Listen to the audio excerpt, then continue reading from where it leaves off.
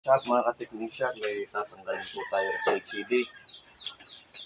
Good morning pala sa mga ka-technician ko. Okay, so pagtanggal po ng LCD, lalo sa mga frameless, yung wala po siya mga frame dito, mayroon po tanggalin ito. Huwag yung bibiglain kasi magka-crack po yung LCD. Kaya ang pagtanggal po niyan ay ganito lang.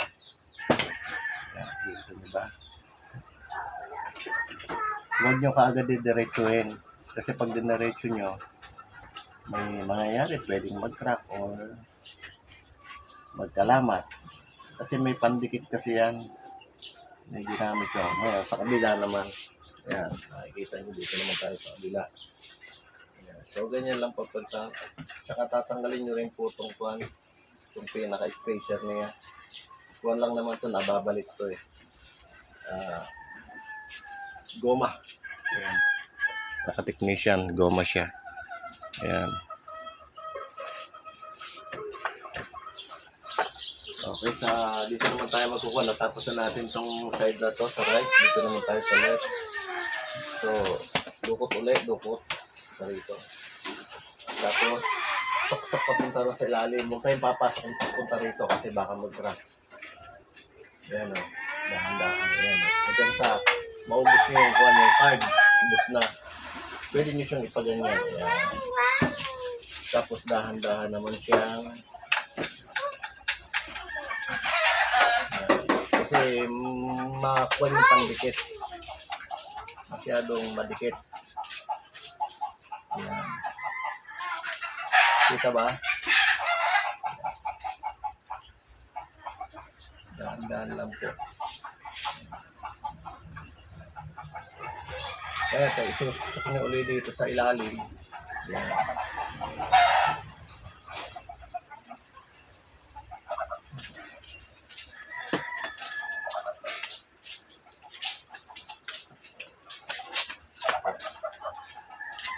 Balik-balik lang. Huwag niyong dediretsuhin agad kasi baka mag-crack. Mayroong matigas na rubber na pandikit dito sa ilalim ng LCD.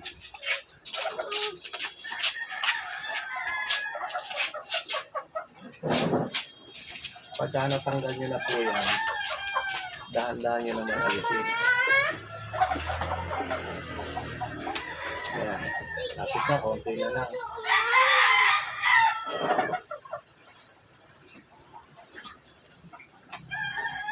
Pwedeng ibalik-balik yun kasi minsan pag nalapat uli yung LCD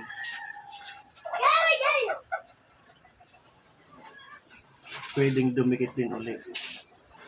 Ayos na. Tsaga-tsaga lang, huwag niyong bibiglain. Konti-konti lang. Last part to. Baka sa last biglang mag-crack. Yan, okay na. So, yan o, mga ka-technician o. Yan. So, angat na natin siya, mga ka-technician. Yung mga ganitong pote, maski hindi nyo na siya kapinan.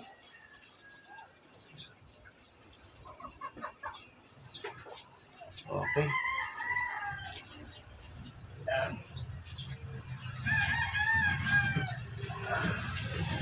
Dapat safe din yung lalagyan nyo.